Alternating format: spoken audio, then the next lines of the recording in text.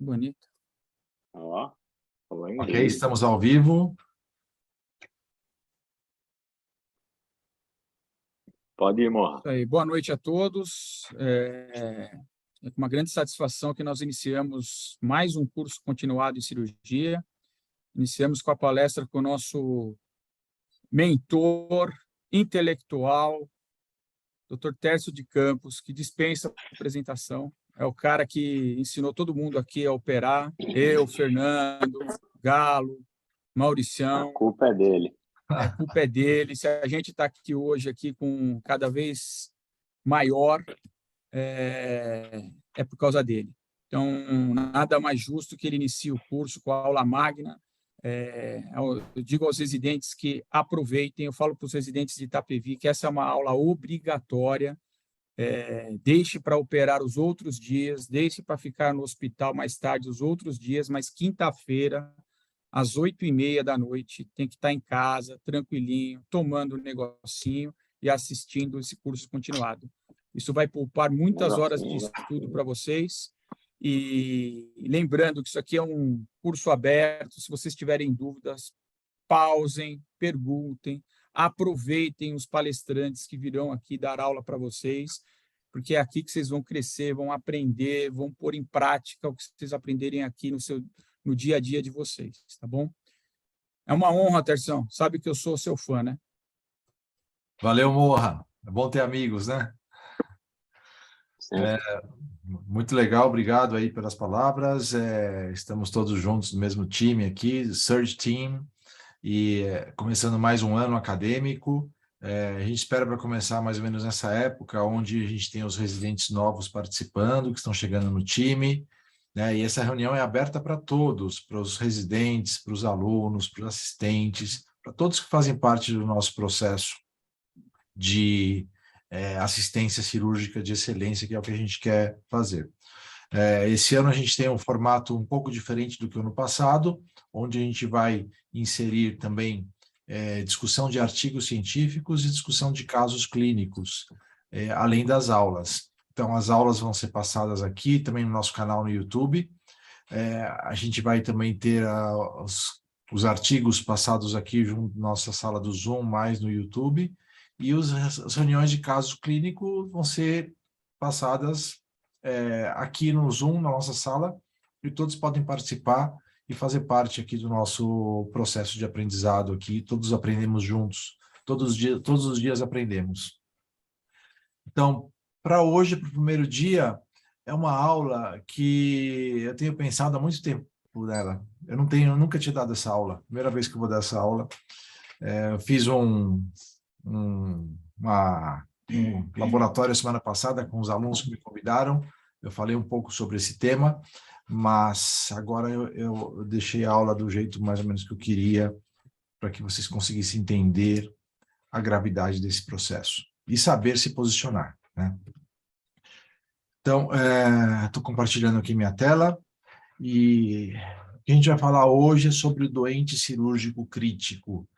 Quem trabalha nesses hospitais secundários, terciários, lida com isso todos os dias, todos os dias.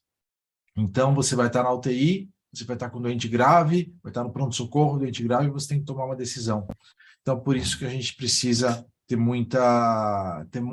tá preparado para isso, né? Porque senão você pode sofrer mais do que deveria. Se você tiver já a sua estratégia pronta, fica muito mais fácil.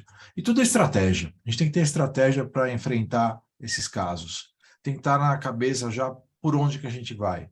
Obviamente que as variações podem acontecer, mas a estratégia é a chave.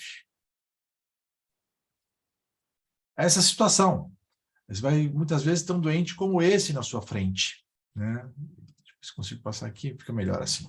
Vai ter um doente como esse na sua frente, e você vai ter que tomar uma decisão sobre ele, porque o intensivista vai te chamar, vai falar, olha, tem que operar, então vai lá, dá uma olhada nesse paciente, mas ele é cirúrgico, aí chega o diretor, fala para você, olha, eu acho que precisa operar, e você vai ter que tomar uma conduta frente a uma situação como essa. Então, qual o objetivo que nós temos hoje? reconhecer o doente cirúrgico crítico e saber os princípios do tratamento desse doente. Então, o que fazer quando você está à frente desse doente? Você vai observar ele, falar, olha, ele, a princípio ele não está distendido, palpa o abdômen, não tem nada, vamos observar. Ou, por outro lado, não, vamos operar. Se o intensivista falou, vamos operar. Ou, vamos pedir uma tomografia para ele, ver o que acontece, vamos ver o que tem na tomografia. E a tomografia é a nossa solução dos problemas. Então, é a situação que a gente está quando tem esse doente grave na nossa frente. E muitas vezes a gente se sente numa situação como essa, né? O intensivista, cirurgião, um forçando, não, o intensivista, o cirurgião tem que operar, o cirurgião falando, não, eu não vou operar. E às vezes a gente se vê numa situação como essa, que não é a situação que a gente gostaria, né? Então, todo mundo tem que ter o seu ponto colocado e respeitado, para que a gente consiga chegar num termo comum, com o intuito de que o doente seja tratado da melhor maneira. Então, é importante o entendimento de ambos sobre o processo desse doente grave. Qual a importância? A sepse abdominal, que é a maioria do que acontece nesses doentes, é um grande desafio para o cirurgião, com altas taxas de morbidade, e isso muitas vezes relacionadas aos procedimentos cirúrgicos. A mortalidade é considerável também, com 1/3 dos pacientes com sepse grave ou choque séptico na admissão hospitalar que morrem, e 42% dos pacientes com sepse grave ou choque séptico no pós-operatório imediato. É muito alta essa mortalidade. Então, a gente tem que estar muito atento a isso. O diagnóstico precoce, muitas vezes, não é fácil, né? E esse paciente vai precisar também, muitas vezes, de um procedimento cirúrgico. Importante nós sabermos que em 2/3 dos pacientes cirúrgicos com sepse, o foco infeccioso é intraabdominal. Nós temos que saber isso. Então, o fato de ser intraabdominal é algo importante para nós. Nem sempre nós vamos operar esse doente, mas nós temos que saber que, na maioria das vezes, o problema está no abdômen.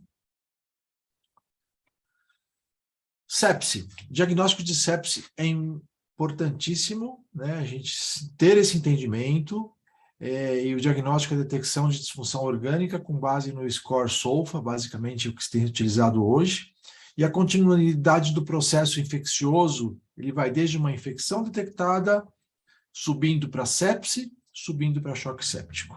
Tá? Então, essa progressão que nós temos definidas atualmente. E a CIRS, que é a resposta sistêmica ao impacto estéreo, doente traumatizado, pancreatite aguda. O paciente tem CIRS, e a diferença é que ele não tem um agente infeccioso. Agora, o processo, ele acaba funcionando de uma maneira muito parecida.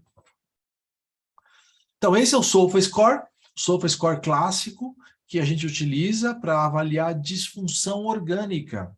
Então, aqui nós temos várias avaliações de funções orgânicas, como respiração, coagulação, hepática, cardiocirculatória, sistema nervoso central, rim, e com isso você dá uma nota para cada um desses itens, para avaliar o quanto isso tem função normal ou alterada.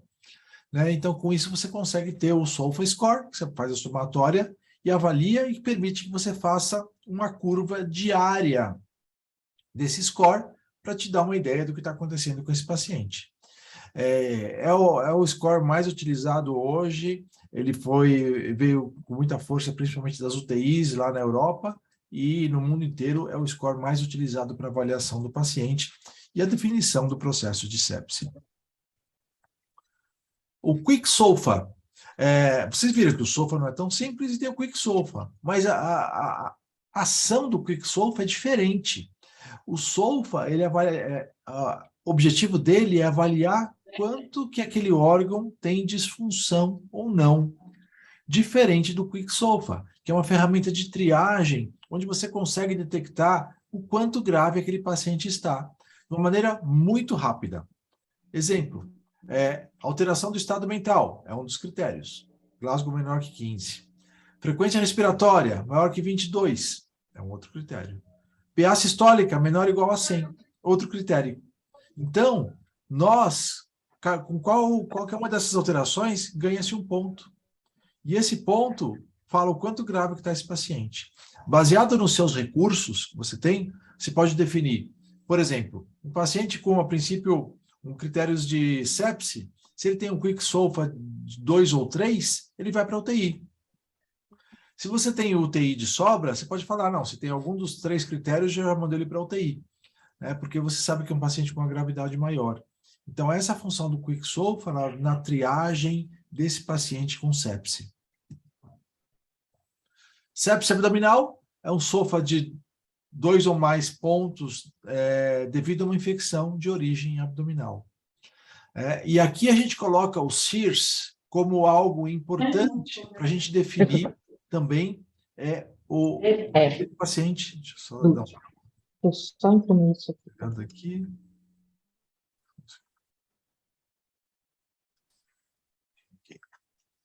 Só para a gente definir como que a gente consegue caracterizar esse paciente como uma suspeita de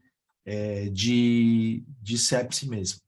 Então, o SIRS é a ferramenta de triagem mais utilizada numa admissão de um pronto-socorro para determinar o paciente que se enquadra em protocolo sepse. Então, se ele tem 2 desses 4 critérios aqui, a gente já coloca um diagnóstico de SIRS, você pode já abrir o protocolo sepse para ele, calcula o SOFA, né? E baseado no SOFA, você consegue determinar confirmar o diagnóstico de sepse, sabendo que esse sepse, uma das origens prováveis, é a origem intraabdominal. Peritonites. Peritonites é algo importante de a gente falar, porque a sepse de origem abdominal está invariavelmente acompanhada de peritonite. E a peritonite ela pode ser infecciosa ou estéril, localizada ou difusa. E a classificação dela, a peritonite pode ser primária, secundária, terciária, química, ou o chamado abscesso peritoneal. Peritonite primária. Basicamente é uma infecção do líquido acítico. Então, o paciente tem uma ascite que infecta, baseado em uma translocação bacteriana. É importante que tenha a ascite para isso. É também chamado de peritonite bacteriana espontânea. E saber que 10 a 30% dos pacientes com cirrose e ascite podem desenvolver peritonite primária. Importante também saber que pacientes com baixo nível de proteína no líquido acítico têm risco 10 vezes maior de desenvolver essa peritonite. E mais de 90% dos casos de peritonite bacteriana espontânea são causados por apenas uma bactéria. A E. coli é responsável por 40% dos casos. Então, a gente vai suspeitar aquele paciente que já tem ascite, muitas vezes o hepatopata, e a gente vai pensar que ele possa ter uma peritonite primária. Se ele não tiver ascite, então a gente já começa a ficar difícil esse diagnóstico. Peritonite secundária. Até prova em contrário, uma peritonite é secundária. E ela é responsável por cerca de 1% das admissões hospitalares todas. Né? É a segunda causa mais comum de sepse em unidade de terapia intensiva. Então, ocorre como resultado de um processo de uma víscera abdominal, então, ou seja, a víscera abdominal é acometida e, secundariamente a isso, o peritônio também. Uma apendicite aguda, secundariamente, tem uma peritonite. Uma úlcera perfurada, secundariamente, tem uma peritonite. Uma diverticulite complicada, com perfuração, acaba evoluindo com uma peritonite. Uma colicite aguda, complicada, evolui com uma peritonite. Peritonite secundária.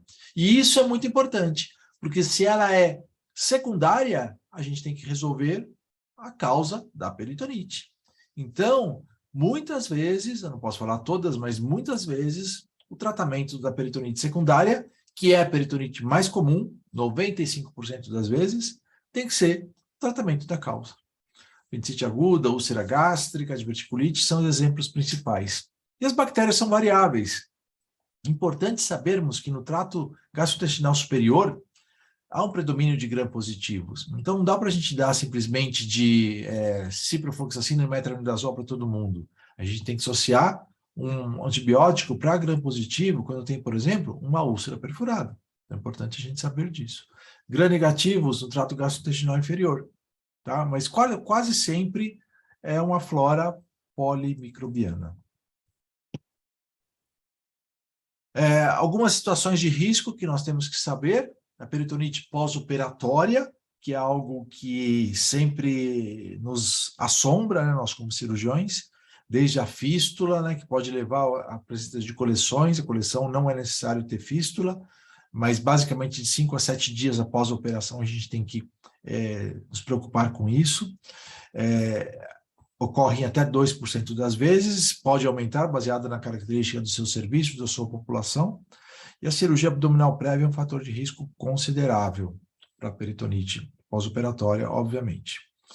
Trauma, operações por trauma penetrante, contaminação peritoneal grosseira, ou paciente que está em choque, que recebe transfusão maciça.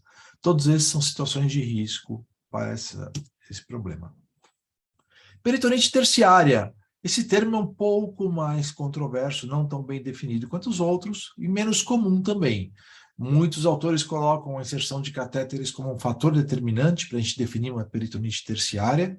Pacientes imunocomprometidos, comorbidades pré-existentes significativas também a gente acaba muitas vezes considerando, como tuberculose, ou alguns outros conceitos a mais, como infecção intraabdominal recorrente após 48 horas de um controle bem-sucedido. Então, são conceitos que têm uma variação maior, mas que fogem daquele conceito de peritonite primária e secundária, né? Então, quando tem um catéter, por exemplo, a gente sempre pensa na possibilidade da terciária mesmo. E é uma flora também bastante variada. Peritonite química? Professor, Sim. é errado dizer que a peritonite terciária pode ser decorrente à complicação de um pós-operatório de cirurgia eletiva? Por exemplo, uma colectomia, fistulizou, fez a infecção intraabdominal, fez uma peritonite. A peritonite secundária como uma causa natural que desenvolveu do organismo e terciária pós-manipulação cirúrgica. É errado dizer essa... Olha, essa definição dessa maneira eu não encontrei. Agora, o que a gente sabe é se você tem um processo abdominal que você controla, e depois que você controlou, surge uma nova peritonite, aí você pode realmente chamar de terciária. Então, bem, sim, é bem sutil essa diferença, né? É bem sutil. Tá. Então, mas, basicamente, se você tem um controle já de um processo e surge uma outra peritonite, um outro processo, você pode chamar, sim. Não vejo problemas com relação a isso, né? Então, é um conceito sutil mesmo. Eu acho que o grande ponto, Fernando, é a gente saber que na peritonite secundária a gente tem que tratar a causa, porque é a causa que levou aquilo. Exato. Na peritonite primária, o paciente tem ascite que acaba favorecendo aquilo. Agora, na terciária, todos esses conceitos são colocados. Então, é a mais realmente controversa. Então, eu não acho um problema você considerar dessa maneira que você falou, acho que pode ser considerado sim, né? Então, mas conceitualmente, a secundária, ela é aquela relacionada a um foco abdominal que tem que ser tratado. O que acontece depois disso pode ser chamado de terciária. Beleza, atenção. Tá? Peritonite química, causada por irritantes na cavidade peritoneal, na ordem de maior irritação para o menor, né? Pode inicialmente causar uma peritonite química, que logo depois pode se contaminar, obviamente, né? Principalmente após 6 horas do início da contaminação. Abscesso peritoneal, coleção líquida decorrente de processo inflamatório visceral ou de complicação pós-operatória.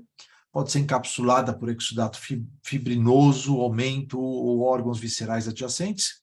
Importante a gente saber que o risco de abscesso é de 10% a 30% quando você tem uma perfuração pré-operatória de víscera oca, quando tem contaminação fecal significativa da cavidade abdominal, isquemia intestinal e imunossupressão. Ou seja, até 1/3 dos pacientes pode ter abscesso após uma situação como essa, que é a situação que a gente vê na emergência, a situação que a gente trata todos os dias.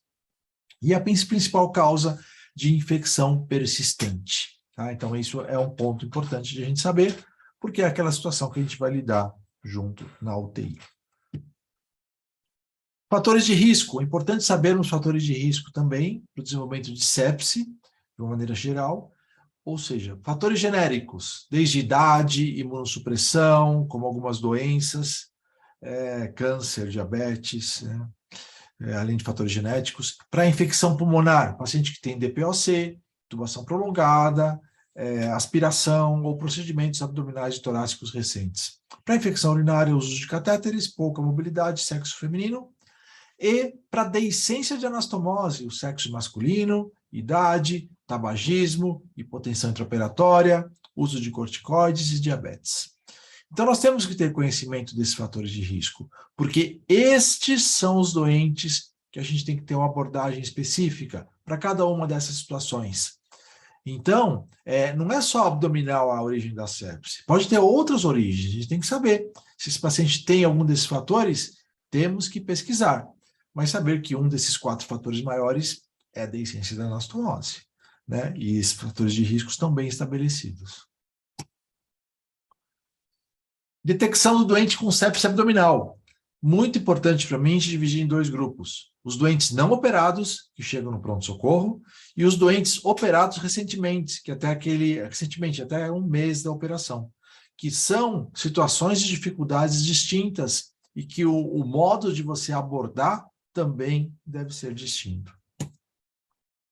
Como que a gente detecta esse paciente com sepse abdominal? Obviamente, sintomas. A gente sabe que a grande maioria dos pacientes que tem condição de conversar vão falar de algo com relação a dor, desconforto ou distensão abdominal. 2/3 dos pacientes vão ter algum desses sintomas. Importante a gente saber que isso já sugere que esse paciente possa ter algo relacionado ao abdômen com origem da sepse. Além da febre, outros sintomas menos específicos, como anorexia, indisposição, náuseas, vômitos e diarreia. Alterações sistêmicas são importantes também, aumento da frequência cardíaca e frequência respiratória, então a gente tem que estar atento a isso. E o exame abdominal, sinais de irritação peritoneal devem ser pesquisados. Não só o hollywoodiano DB, né, desconversão brusca, que é o mais famoso deles, o pessoal só fala do DB, que é o menos frequente muitas vezes, né? Então, a descompressão brusca é um sinal de irritação, sim, mas a defesa, por exemplo, é um sinal mais frequente, aquela resistência voluntária à palpação, ou a dor à percussão também, é um sinal de irritação peritoneal. E a gente tem que pesquisar isso é importante. Os ruídos hidroaéreos a gente espera que estejam ausentes ou reduzidos, e a gente tem que saber que alguns pacientes não vão ter nenhuma manifestação, diabéticos, idosos, ou algumas outras doenças, ou aquele paciente com nível neurológico comprometido, ou aquele doente que está entubado, que tem só uma distensão abdominal, o que torna mais difícil ainda. Importante que a ausência de dor ou irritação peritoneal não descarta sepse abdominal. É importante sabermos disso. Como que a gente detecta, então, esse paciente com sepse abdominal, além do exame físico que a gente já falou, exames laboratoriais. Basicamente, marcadores inflamatórios elevados, a gente pode considerar leucócitos no hemograma completo, proteína C reativa, procalcitonina, exame é muito bom também. Além de avaliação de disfunções orgânicas. E eu cito 3 que estão presentes no SOFA, que é a cardiocirculatória, a respiratória e a renal. Temos que avaliar isso sempre, porque isso é um indicador importante para nós. Esse é um estudo que fala sobre a utilidade de alguns marcadores para a detecção da deiscência da anastomose coloretal, mostrando aqui que quando você compara 3 grupos, aquele que não tem complicação nenhuma, que é o grupo 1, o grupo 2, aquele que tem complicações não relacionadas à deiscência. Grupo 3, complicações relacionadas à deiscência, a gente tem uma diferença na faixa etária, tem uma diferença significativa, né? Além de o ASA score também, que tem uma diferença significativa também. Aqui é uma informação bem interessante com relação às provas de atividade inflamatória nesses pacientes. Então, a gente vê a curva aqui, deixa eu só tirar da tela cheia para me facilitar eu apontar. Então, a curva aqui mostra os pacientes sem complicação, a curva da proteína C reativa, por exemplo. Ela vai subindo, né, chega por volta de 120 no segundo dia e começa a cair. Os pacientes com complicações não relacionadas à deiscência, mesma coisa. Segundo dia, ela tem o seu pico, 170, começa a cair. E os pacientes com complicações uma deiscência da anastomose coloretal, vai subindo mais acima de 200 e persiste por um tempo mais elevado, né? Vai persistindo mais elevado e vai se distanciando dos outros grupos. Então, é um marcador importante a proteína C reativa. E olhem só o que aqui está dizendo para nós, que a curva ela é lenta da proteína C reativa. Tipo o Usain Bolt, vocês já viram o Usain Bolt correndo, né? Ele começa devagar, de repente o raio dispara, ele ganha e bate o recorde mundial. É tipo isso, proteína C reativa. Então não adianta a gente esperar muita coisa dela no começo, que quando ela chega no segundo dia, nos 3 grupos ela chega no seu pico, e ela dá informação mais precisa para nós. E continua dando informação precisa no pós-operatório. Então, é um marcador muito bom, que eu mais gosto de utilizar no acompanhamento desses pacientes. Não só os seus valores, aqui acima de 200 como fator preditivo para deiscência, mas como a gente usa na pancreatite aguda, acima de 300 como fator preditivo de infecção. Aqui está falando também da calprotectina, né, que tem um comportamento parecido, com um pico maior junto ao 3º dia, nos casos mais complicados de deiscência. Tá? Então, são informações importantes que a gente pega desse estudo. Aqui um outro estudo bem interessante também, do uso do Apache 2, sulfa, SAPS3, proteína C reativa, lactato, para predizer mortalidade de pacientes críticos. Então, ele separou em pacientes que sobreviveram dos que não sobreviveram. Né? São mais de 800 pacientes nesse estudo, e aqui a gente tem as diferenças estatísticas que a gente consegue colocar aqui. Né? A idade, obviamente, sim, tempo de internação em UTI, tempo de internação prolongada, ou seja, todos os critérios relacionados à terapia intensiva, obviamente, maiores nos não sobreviventes. Aqui a curva ROC destes marcadores. Aqui também bastante interessante, características dos doentes cirúrgicos, sépticos e não sépticos, e a diferença que existe entre eles, não séptico e séptico. Então, a gente vê aqui que a partir da tempo de permanência, todos esses marcadores inflamatórios, proteína C reativa, albumina, lactato não, né? Mas a albumina, todos eles muito diferentes do paciente séptico do não séptico. E aqui os pacientes sépticos que sobreviveram daqueles que não sobreviveram. O que tem diferença estatística aqui? Sulfa. Né? O sulfa dos sobreviventes é de 6, média, e não sobreviventes de 10. Então, além disso, também tem o Apache 2, com uma diferença grande, de 15,5 para 22. Então, são pontos importantes para a gente entender o quanto as disfunções orgânicas têm papel na avaliação desses pacientes. Então, é exatamente isso que a gente gosta de fazer. Esse título desse trabalho, ele mostra muito o trabalho de Ribeirão Preto.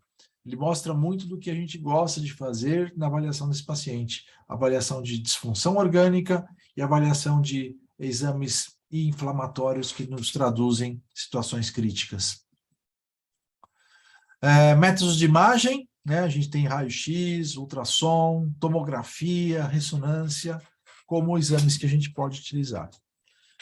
Então, eu já posso falar que o raio-x ele tem importância basicamente no paciente que tem uma suspeita de um abdômen agudo perfurativo, na admissão no pronto-socorro ou de obstrutivo. Fora isso, a importância dele é muito reduzida atualmente. O ultrassom tem uma grande importância naquele paciente com dor no quadrante superior direito do abdômen. Aí sim ele seria um exame muito importante realmente. Fora isso, ele acaba perdendo bastante nos pacientes com quadros abdominais agudos, principalmente naqueles graves.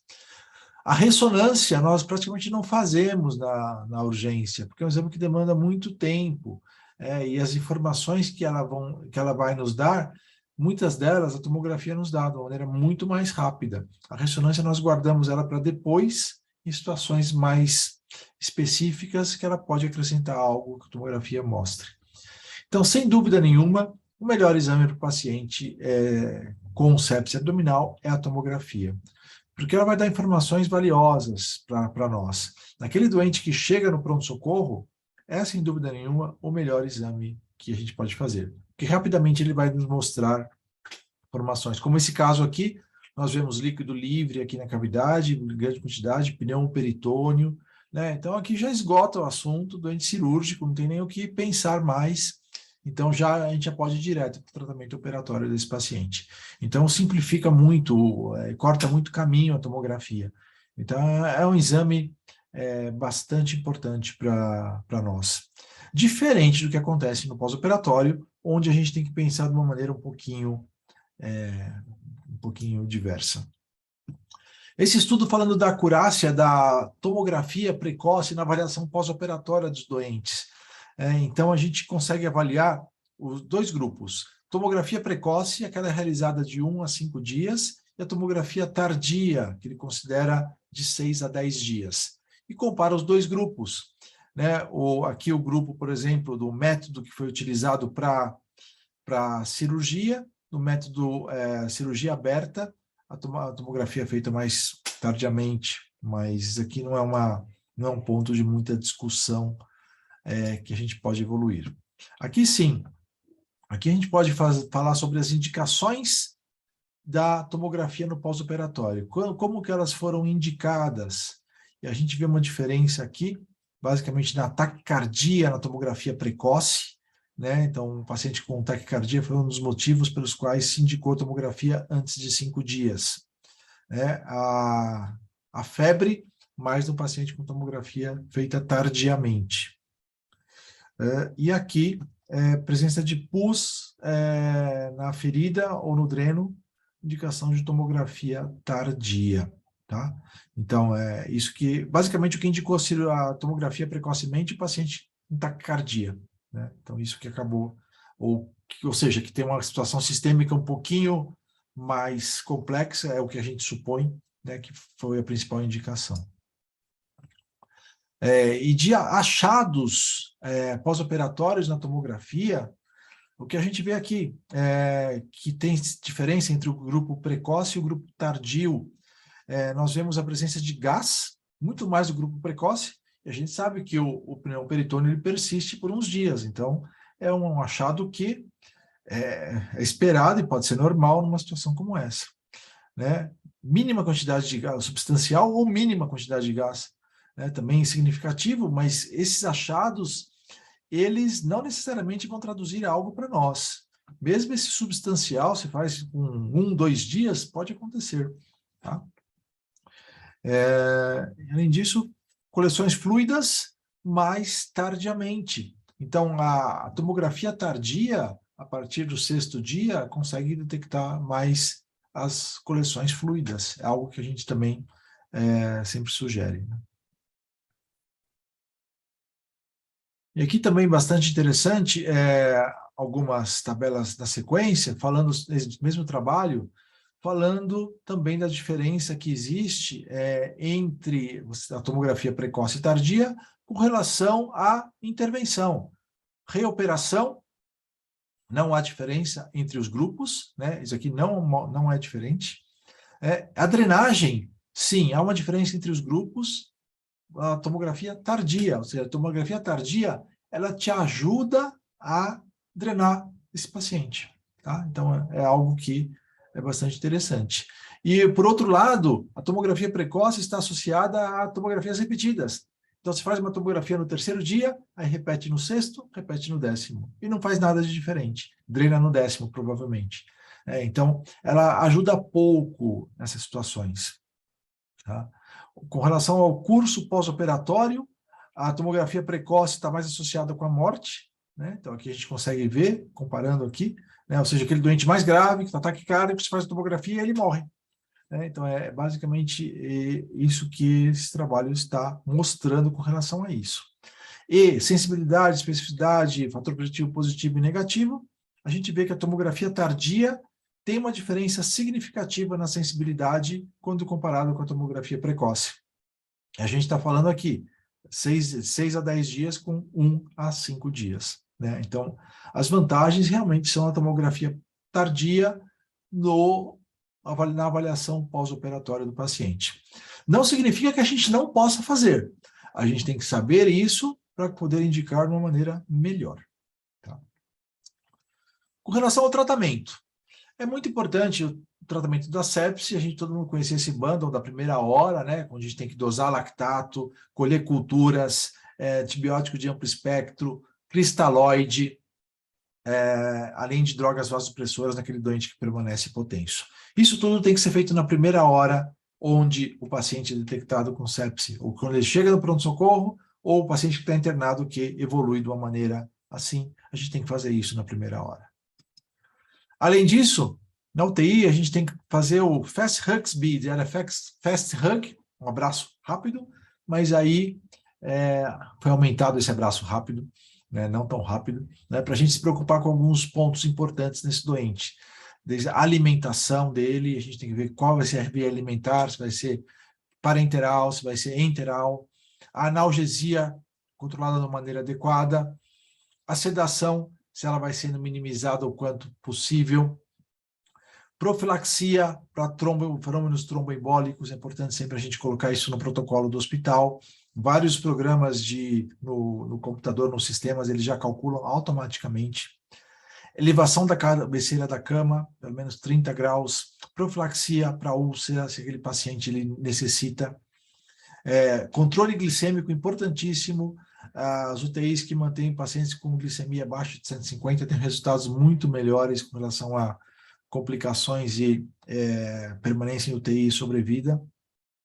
Além da respiração espontânea, né, se isso tem sido avaliado, com relação ao funcionamento intestinal, né, isso é algo que também é uma complementação daquela avaliação inicial, além da avaliação de catéteres e toda a invasão que esse paciente tem, e descalonar antibióticos e outras drogas, sempre pensar nisso todos os dias que avalia esse paciente na UTI.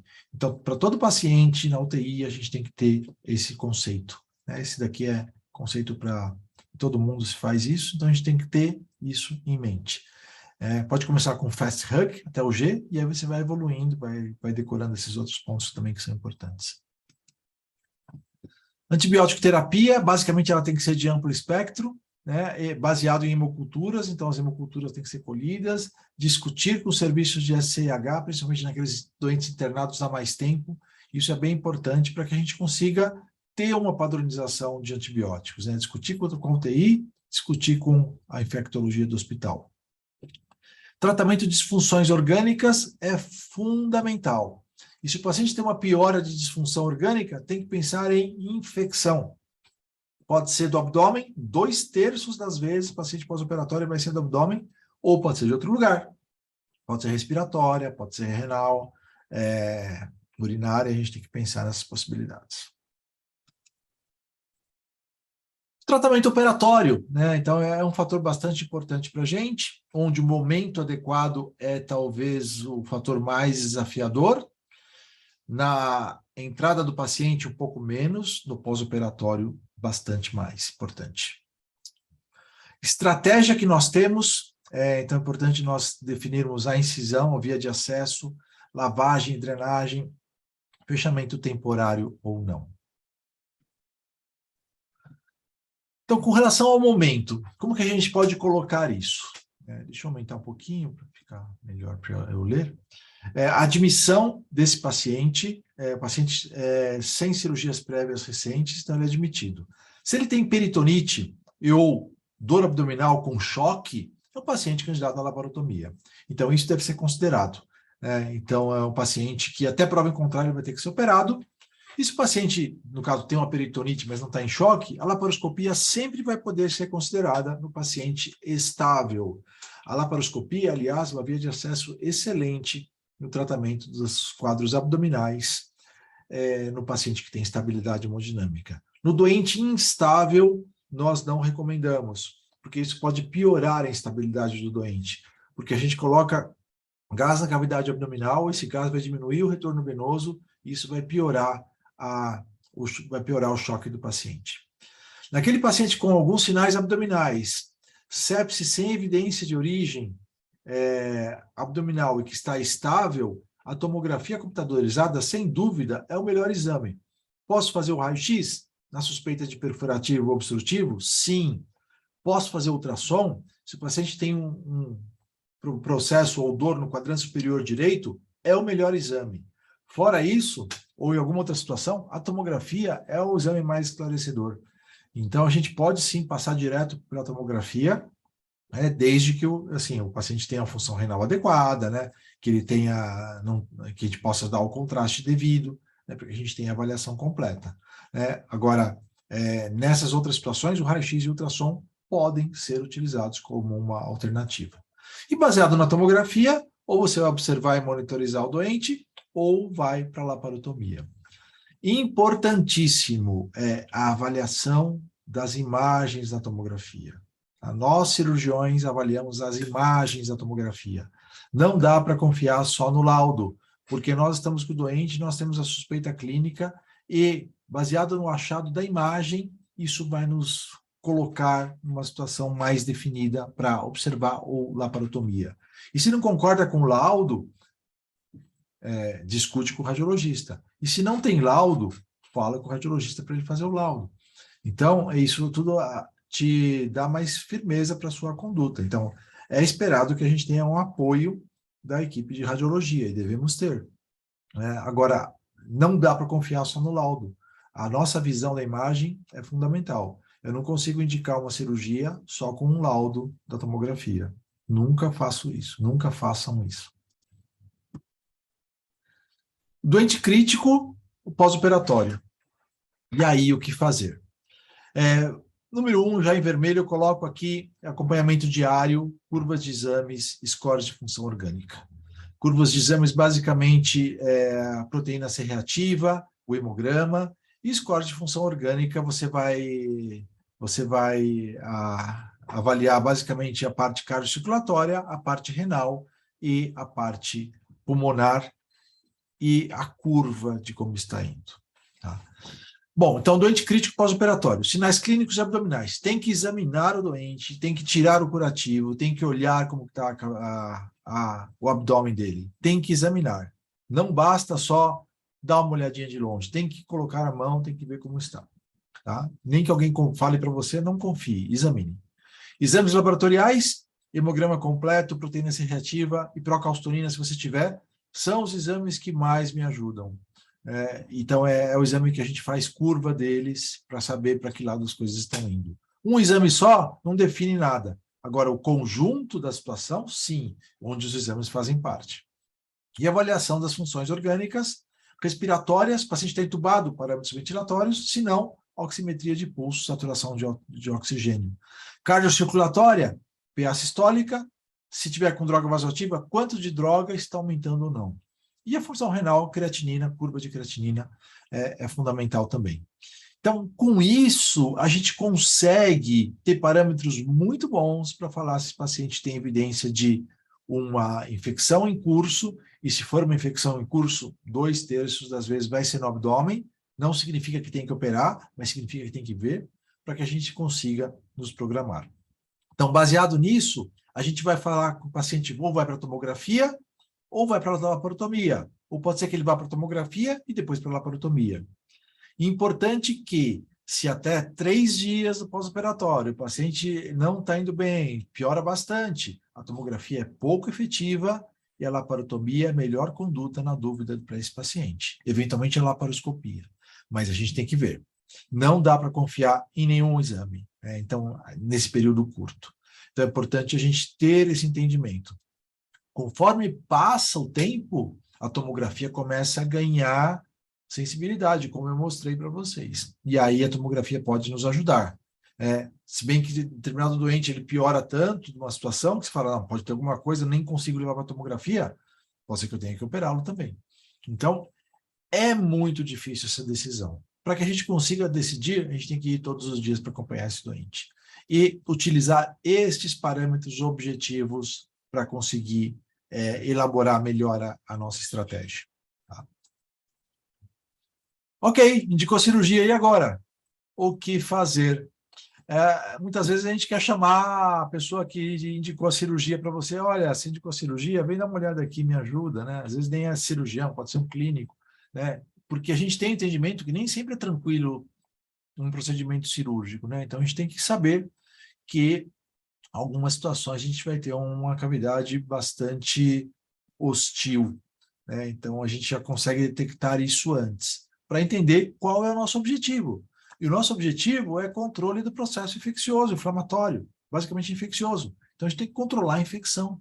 É isso que a gente tem que fazer, de várias maneiras. Laparotomia é uma delas. A punção é outra, a drenagem é outra. Então a gente tem que saber, ou antibióticos, eventualmente apenas, é outra maneira. Incisão. Como que a gente faz? Laparoscopia ou laparotomia? O paciente estável pode ser submetido sempre à laparoscopia. O paciente que tem cirurgia prévia, a laparotomia, ela deve ser indicada de uma maneira mais firme, né? Sem cirurgia prévia, a laparotomia pode ser feita, mas a laparoscopia também ganha um impacto. Tipo, você operou um doente, quer reoperar? Talvez valesse a pena fazer uma laparotomia novamente. Intraoperatório, importante o tratamento da causa, né? Você tem que tratar a causa que gerou o processo. Nem sempre é simples isso, né? Então, muitas vezes a gente vê uma úlcera perfurada, vai lá e sutura a úlcera. Ou a úlcera é muito grande, vou fazer uma gastrectomia. Será que não é melhor suturar a úlcera? Porque fazer uma gastrectomia, você vai fazer muita anastomose e paciente com uma peritonite difusa. Talvez seja melhor você suturar. Coloca o PET, drena, e aí você vê o que está acontecendo. Então, o tratamento da causa é o ponto-chave, e com o entendimento de que nem sempre você precisa fazer uma cirurgia enorme para tratar a causa, né? Então, é importante a gente saber que a gente quer controlar a infecção. Lavagem da cavidade é importantíssimo, né, para você diminuir a troca de substâncias com o peritônio. Drenagem da cavidade sempre que necessário. A drenagem da cavidade, não adianta você drenar a peritonite difusa. Peritonite de toda a cavidade não adianta drenar. E quando a gente for drenar, é importante a gente colocar o dreno numa posição de declive. Eu costumo falar, às vezes, quando eu vejo algum paciente internado, que é o dreno Santa Claus, o dreno chaminé, por onde desce o Papai Noel. Então, você coloca o dreno assim, espetado para cima, o Papai Noel chega e desce. Mas ele não serve para drenar, porque ele não tem uma zona de declive. O dreno tem que estar do lado, na parte lateral, a linha axilar média, a prolongação dela, para que a gente consiga ter uma drenagem adequada. Então, esse conceito é importante também todo mundo ter, para que a gente consiga ter uma drenagem efetiva. Fechamento da cavidade, pode ser um fechamento primário, mas pode se colocar uma peritoneostomia. A peritoneostomia é algo bastante útil para que a gente consiga ou reavaliar esse paciente, ou diminuir a pressão intraabdominal, que o fechamento primário pode levar, né, para facilitar uma reabordagem. Ou se você não consegue fechar, coloca a peritoneostomia. O fechamento primário deve ser feito continuamente, pegando o plano aponeurótico, né, plano contínuo, small bites, né, para que a gente consiga ter um fechamento adequado. Mas sabendo que a chance de complicação dessa sutura, baseada na situação do paciente, é considerável. A peritoneostomia é um procedimento que você pode utilizar isso como uma estratégia, mesmo não tendo recursos de dinheiro mesmo, né? Olha só que maravilha esse aptera aqui, para você fazer o vácuo abdominal, fechamento temporário, né? É uma maravilha isso. Quando você coloca isso, é espetacular. Mas esse que a gente faz aqui, do lado direito aqui, funciona muito bem, mas muito bem. Esse fechamento que você coloca, um plástico por dentro, compressas, um dreninho esterilizado pelo lado, e coloca um plástico por cima, e coloca no vácuo. Funciona muito bem isso. O que a gente não faz é bolsa de Bogotá. Bolsa de Bogotá, ela funcionou por um período, enquanto a gente não tinha uma estratégia como essa que eu estou mostrando, né? Mas bolsa de Bogotá é muito ruim, porque você fixa aquele saco coletor urinário na parede abdominal. Eu nem coloquei figura aqui para não dar ideia para ninguém, né? Mas você fixa aquele saco coletor na poneurose ou na pele, aquilo solta na UTI, o paciente viscera, sai líquido na UTI. O enfermeiro, ele quer te matar na UTI quando você vai lá e coloca uma bolsa de Bogotá. Ou, quando Eu era aluno da faculdade ainda, a gente via aqueles fechamentos com bacaus, né? 20 bacaus na parede abdominal, eu achava lindo aquilo. Eu falava, nossa, que coisa linda. Mas, assim, é horrível, porque você detona a parede do paciente e aumenta a pressão abdominal. Então, esses daqui são as melhores maneiras de fazer a peritoneostomia. E se você, por algum motivo, tem alguma dúvida com relação à viabilidade de como está a parte intestinal, você pode fazer, não fechar o primário, deixar uma peritoneostomia e já deixar programada a reabordagem em 48 horas para avaliação. Né? Você pode reabordar em 48 horas, sim, por uma estratégia que você tenha. Tá? Então, são as táticas que a gente tem para fechamento desse paciente. Ok, terminando, o que eu queria deixar de mensagem aqui, é importantíssimo o diagnóstico e tratamento precoce desses pacientes, isso faz diferença na evolução e nem sempre é fácil, ou seja, mudando, a maioria das vezes é difícil. Monitorização pós-operatória é importantíssimo, tanto clínica quanto laboratorial, quanto de imagem. Piora clínica considerável até a PO3, considerar fortemente revisão da cavidade. E importantíssimo o trabalho em conjunto com o time da UTI. Cada um tem que entender a estratégia do outro. A gente só vai ter sucesso no tratamento desses pacientes quando a gente tiver um time falando a mesma língua, um time conversando sobre aquele paciente e cada um entendendo a necessidade que existe naquele caso. Bom, era isso que eu tinha para falar, mas eu estou à disposição aí para comentários. Se quem quiser contribuir com algo, fique à vontade, por favor.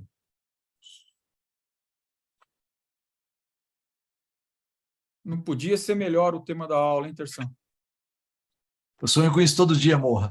Todo dia eu Cara, sonho não com podia isso. ser melhor. É sensacional, espetacular. Você estava dando a aula e estava passando um filme na minha cabeça, né? Porque a gente está com a turma nova de residentes e UTI é igual em qualquer lugar, né? Em qualquer lugar você vai ter um intensivista que vai ter o doente lá, que ele vai chamar o cirurgião, vai indicar a cirurgia, e o cirurgião fica ali meio na dúvida. Às vezes quem vai ver ali é o residente, né? E aí o residente geralmente é pressionado ali pelo intensivista, em tudo quanto é lugar. E aí você aborda uma série de temas que a gente vive no dia a dia mesmo, né? Vive no dia a dia. Então, tem tanta coisa que a gente pode discutir aqui, daria mais umas 3, 4 aulas, né? Então, sensacional. Tem um monte de coisa para perguntar, mas vou deixar em aberto aí para o pessoal tirar as dúvidas aí, a gente vai conversando, vai batendo papo aí. Vamos lá, pessoal, os mais novos, não fiquem inibidos, é todo mundo do mesmo time, podem perguntar.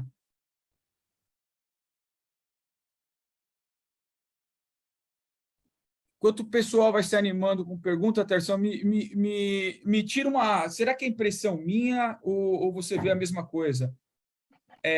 Os cirurgiões mais novos têm uma tendência em não drenar o doente. Eu vejo isso muito no dia a dia. Não que está certo ou errado, acho que é uma tendência se drenar menos. Isso tem dificultado o pós-operatório de doente grave, a ausência do dreno? Tem indicado tomografia precoce, coisa que a gente aprendeu que, olha, raramente você vai indicar uma tomografia nas primeiras 48 horas, deixa para o momento da fístula entre o 6º e o 7º dia, deixa para fazer essa tomografia mais tardia, e talvez a ausência do dreno tenha feito o pessoal indicar tomografia precoce? Boa pergunta, Morra. Obrigado aí pelas suas palavras aí. Realmente, esse é um assunto que me tira o sono de verdade, porque eu passo na UTI todos os dias e todos os dias tem pelo menos um caso assim. Todos os Nós dias. também. Nós também. Então, isso é algo que me tira o sono, e então eu tenho que padronizar uma estratégia na cabeça para que esteja estruturado, né? Porque esse doente vai aparecer. Amanhã eu vou na UTI e vai ter de novo lá. Então, eu tenho que estar estruturado para lidar com esse doente. E o que você falou é bem interessante mesmo, porque existe sim uma tendência a drenar menos. Eu tenho visto isso. E, assim, não são só dos jovens, na literatura a gente vê cada vez menos gente drenando, né? Então, agora, o que a gente tem que entender é que o dreno é uma porta de entrada para infecção, sim, mas ele faz o diagnóstico precoce de alguma deiscência, que pode permitir um tratamento ou nem precisa tratar. Exemplo, uma fístula do coto duodenal. O dreno ele pode resolver, né? Ele pode simplesmente resolver. Ou um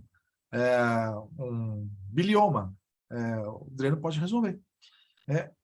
Ou uma úlcera perfurada que você drena, ele vai te indicar cirurgia precoce. Está no trânsito, né? Então, você vai indicar cirurgia precoce. Então, eu acho que o dreno ele pode nos ajudar. Na literatura, quando fala para não drenar, eles têm muito método minimamente invasivo, né? Então, se tiver uma coleção, vou lá e show, coloco um dreno. A gente tem dificuldade em fazer isso aqui. Muita dificuldade. Então, por isso, eu acho que a gente tem que drenar um pouco mais do que a literatura. Obviamente, não precisa treinar tudo, mas algumas situações, anastomoses de risco, ou situações de risco, úlcera perfurada, não custa você drenar, porque isso vai te dar algum indicador importante. Agora, peritonite difusa, não adianta drenar. Não adianta, você tem que colocar 15 drenos na cavidade, não faz sentido isso. Isso é a minha visão. Vamos lá, pessoal?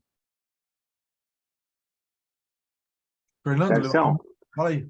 levantei a mão. Você levantou a mão, Fernando? O dedo. Levantei. Tercião me deixou triste, dizendo que o Bolsa de Bogotá e os 20 bacaus na parede não pode mais fazer. Não pode.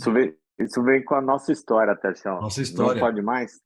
Não pode. Eu fui o primeiro a colocar a Bolsa de Bogotá lá na Santa Casa. Primeiro, eu era R4. Senti assim, monstro, né? Fiz besteira, né? Criei divulguei o método, né? Isso é só uma brincadeira, mas algumas coisas aí que... Aula espetacular, então você fez uma abordagem ampla de tudo aí que é muito importante. Uma coisa que você falou e que a gente sempre tenta falar para os residentes, o pessoal que a gente passa tudo, veja o exame antes de ver o laudo. Você tem que avaliar o exame de imagem, você tem que fazer a sua impressão, porque hoje em dia só se olha laudo. Ninguém quer mais ver exame, e aí acaba se tratando o laudo. E você não sabe quem está laudando o exame lá do outro lado. Então, quantas e quantas vezes a gente já pegou um quadro, o laudo está dizendo isso, pô, mas o doente que eu estou vendo é o outro, não está batendo o laudo com isso. E você vai ver o exame de imagem, o exame de imagem não bate com o laudo. Aí você pede recorreção do laudo e aí muda o laudo. Então, não pode tratar doente só baseado em laudo. Tem que ver o doente, tem que ver o exame. Isso é uma coisa fundamental, obrigatória, né? E por último aí, a história do dreno. Se pegar a mão de todo mundo que está aqui assistindo tal aula, tem mais de 20 pessoas assistindo, todos os dedos, você vai ver que você já tratou mais do que isso de pessoas sem reoperar, porque você colocou um dreno. Eu sou da geração mais antiga aí, eu tenho a tendência muito maior a drenar. Eu brinco com o Tomás, que passa a visita com a gente de terça. O Tomás é de outra geração que já não tende a drenar. E a gente drena, não drena, drena. Eu acho que existe aquela máxima, né? Que você nunca vai se arrepender de ter drenado, mas você pode se arrepender de não ter drenado. O dreno pode te fazer um diagnóstico precoce e inúmeras vezes ele pode tirar um doente da reoperação se você não tiver, se você tiver drenado. Eu acho que é fundamental, é óbvio, em alguns casos, né? Não obrigatório, mas em casos seletivos aí, eu acho que é importantíssimo. A Dani tem uma pergunta aqui, ela fez, paciente com sepsia de foco abdominal com necessidade cirúrgica, porém tem uma disfunção clínica com necessidade de diálise. Existe benefício em compensação clínica ou a prorrogação do tratamento cirúrgico pode piorar o prognóstico? Faz a diálise antes, faz a diálise depois? Muito boa pergunta, viu, Dani? A gente tem que, se tem indicação cirúrgica, você tem que operar. Você tem que operar. Faz diferença você não operar esse paciente. Se tem uma perfuração, por exemplo, quanto mais, cada hora que você demora para operar, você está piorando em 5% o prognóstico daquele paciente. Então, você tem que operar. Se tem necessidade cirúrgica, opera, né? E aí você vai lidar com a situação clínica posteriormente, mas a necessidade cirúrgica, ela se impõe mesmo. Mauricião, levantou a Isso mão? aí. Fala, Maurício. Tá sem som. Fone.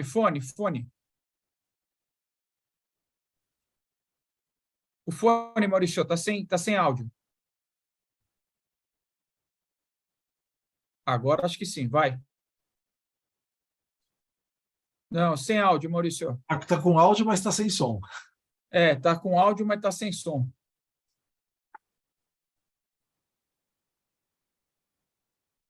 Não? Tá sem áudio agora, Maurício. Talvez saia e entre de novo. Talvez sair e entrar é melhor. O que eu digo nesta briga briga no bom sentido, né? Nessa discussão entre intensivista e cirurgião, que é uma coisa que a gente vê muito lá em Itapevi também, é uma discussão, porque o intensivista quer que opere, o cirurgião às vezes acha que não precisa, tudo. É importante a gente discutir no bom sentido, mostrar conhecimento sobre o assunto e passar o entendimento que a gente tem sobre o caso para o cara. Porque senão, às vezes, vai tudo lá no papel, a gente escreve lá, põe avaliação, ele vai ver depois, ainda continua questionando. Então, o contato direto, Tem que conversar. às vezes passando visitas, tem que ser muito bem conversado e discutido, passado os pontos de vista, para poder ser definido ali, porque senão a gente fica batendo cabeça. E vou dizer mais uma coisa mais burocrática, que é importantíssima. Teve um caso ontem, em Itapevi, que o intensivista pediu a avaliação de um caso que o Moura já tinha visto, e aí trocou o plantão, o intensivista falou assim, solicito avaliação cirúrgica, paciente com isquemia esplênica para tratamento cirúrgico. O intensivista praticamente está indicando o ato cirúrgico. Se você não documentar no prontuário, se você não se defender no prontuário, você pode se complicar lá na frente. E a gente sempre escreve rapidinho, o tal do Ctrl+C, Ctrl+V, e vai... o cirurgião precisa documentar não só situações assim, tudo que for fazer, conversei com esse, falei com aquele, a gente precisa se defender no prontuário, um ponto importantíssimo. Mauricião, está na área? Mauricião voltou, mais ou menos. Mas voltou mudo. Voltou mudo. Galo levantou a mão, Galo?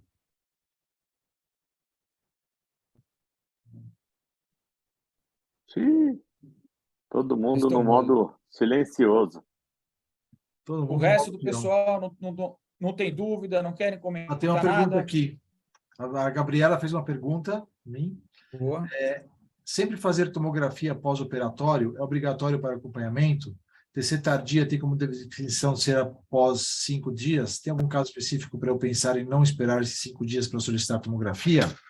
Não, perfeito, Gabriela. É o seguinte, não há necessidade de fazer tomografia pós-operatória, de rotina. A gente faz na necessidade.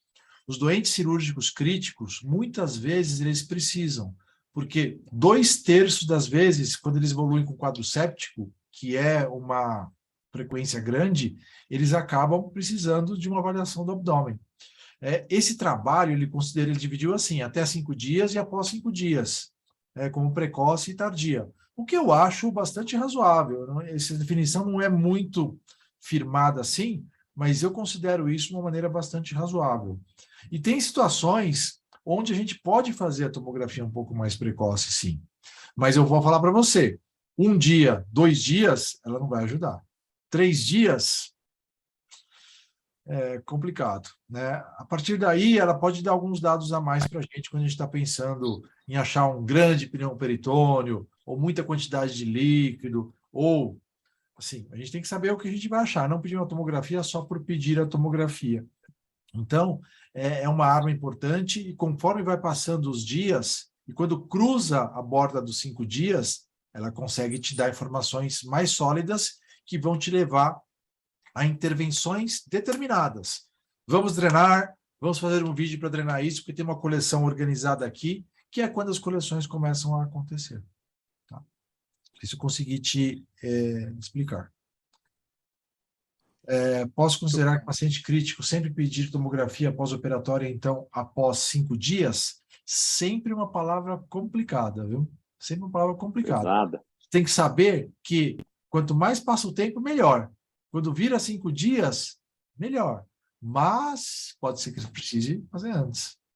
Isso, nem sempre. Depender da evolução do doente, né, Terção? Exato. Paciente decolando, evoluindo bem, melhora a clínica laboratorial, Às não vezes você faz nem precisa sentido fazer. pedir tomografia. Sim, isso aí.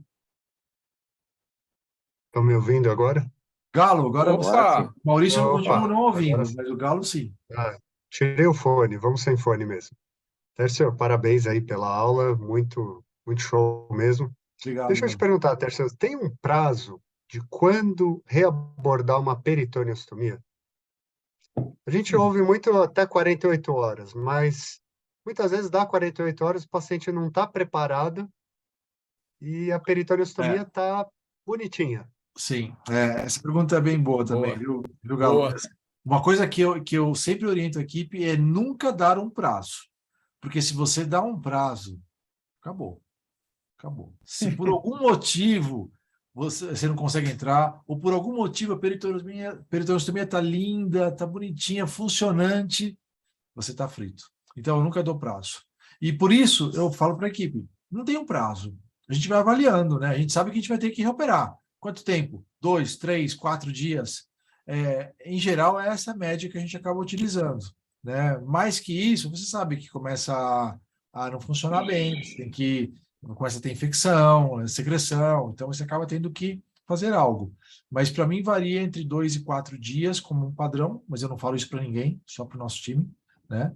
Então é o que a gente costuma fazer, porque senão já aconteceu lá do acompanhante do paciente cobrar: doutor, deu 48 horas, vocês não vão fazer a nova peritoneostomia? Não vão abordar? É uma encrenca, né? Porque você sabe que não é isso que vai fazer a diferença, se vai abordar hoje ou amanhã, que vai fazer a diferença para aquele doente. Mas você começa a entrar numa situação crítica. Mas realmente, não tem eu nunca consegui achar um prazo determinado, mas 2 e 4 dias é a média da literatura que a gente tem. Perfeito. E uma outra pergunta não, na verdade é um comentário em relação aos drenos. Todos falaram que tem muita gente que coloca o dreno, mas não põe um motivo de ter colocado o dreno. E aí a gente retira antes da hora, ou deixa mais tempo. E todas essas informações são importantes, né? Exato, exato.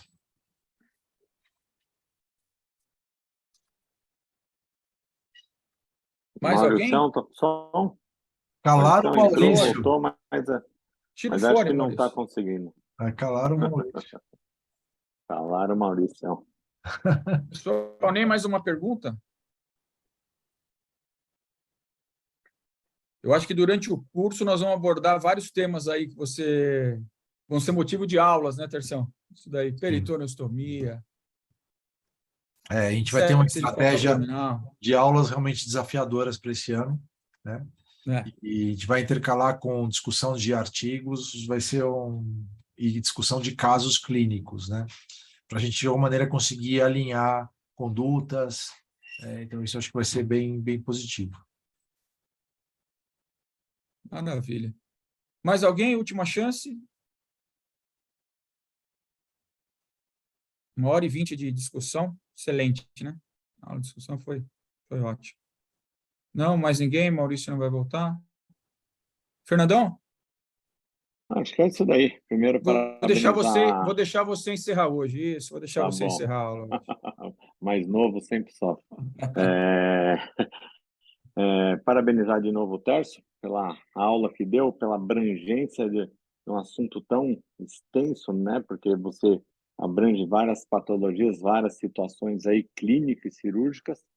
E eu acho que a gente começa com o pé direito esse curso aí que a gente vai tocando durante o ano e vai ajudando o residente, e alguns plantonistas participam também. E acho que vai dando noções gerais aí de muitas coisas. As aulas ajudam, as aulas têm que criar dúvidas para ir atrás, para ler, para estudar. Tem que ser algo que estimule o conhecimento, estimule aí essa sabedoria. É isso aí. Mais uma vez, parabéns.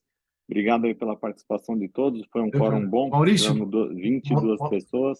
Maurício apareceu, consegue falar, será? Vocês me ouvem? Agora sim. Só por causa Ô, disso, time. você vai fazer a pergunta e vai encerrar a reunião.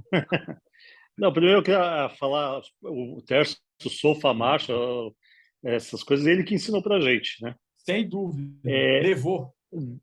Da drenagem, né? A única coisa que eu não concordo é a drenagem com a úlcera perfurada, mas isso eu sou voto vencido, acho que já. Mas queria relatar o negócio da drenagem, né? A gente completou um ano no Sapopemba, né? O Search Team. Essa semana, né, Maurício? E uma das coisas, a gente levantou as recuperações, né, dos primeiros 10 meses que a diretoria pediu, e a gente padronizou a drenagem quando chegou, porque não tinha dreno, eles adaptavam dreno. E as reoperações, ainda tiveram recuperações pós a padronização, mas a mortalidade teve 7 óbitos, 4 no primeiro mês que a gente assumiu, 2 no segundo e 1 em novembro. E eu acho que uma das coisas que ajudou foi justamente a padronização da drenagem.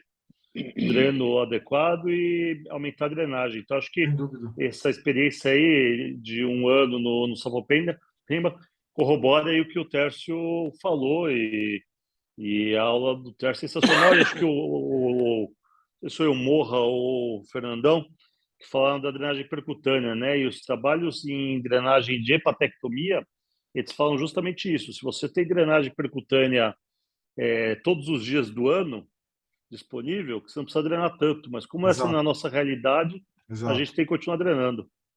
E foi muito bom mesmo, o Tércio. E a pergunta era sobre diálise precoce, nem sei se alguém acabou quando eu entrei, saí, tal. O que você acha de diálise precoce? Que acho que essa é outra coisa que a gente às vezes luta com o pessoal da UTI, discute, fala, diz que é postergar, diz que é indicar só. O que você acha de uma diálise precoce nesses doentes? Eu gosto, eu sugiro, mas assim, eu fico mais do meu. Depois que eu sugiro, eu deixo a bola com eles, né? Eu espero que eles tratem a disfunção orgânica.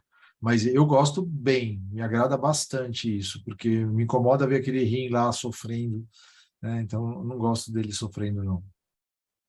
Você sabe que eu acho que é o mesmo problema da drenagem percutânea.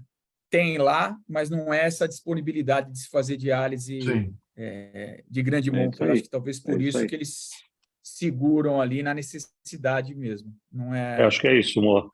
É um leito que está disponível, aí tem o doente da clínica que tem que descer, então não é uma coisa que tem.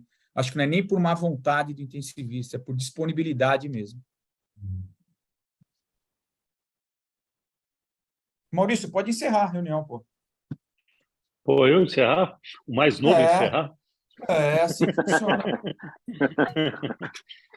Não, acho que foi o que vocês falaram, a gente começou muito bem, acho que começar com um tema difícil, mas que é de todo dia, é interessante, até para os residentes novos aí sentirem que conceitos, né, entrar em contato com alguns conceitos que às vezes na faculdade não tem muito bem estabelecido, e acho que a aula foi espetacular, acho que o Tércio levantou muito o sarrafo aí, as próximas aulas a gente vai ter dificuldade, mas dar boas-vindas aos residentes novos, falar que a gente está aí com internos também, pelo menos da Uninove, identifiquei alguns, e que todos são bem-vindos e vão aprender muito esse ano, como a gente tem aprendido aí com o Tércio, com o Fernandão.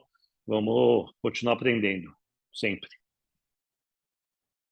Legal, obrigado. Boa noite. Obrigado a todos. Boa noite a todos. Boa noite, até semana que vem. Boa noite. Até semana que vem está encerrada a reunião. Boa noite, tchau, tchau. Tchau, tchau.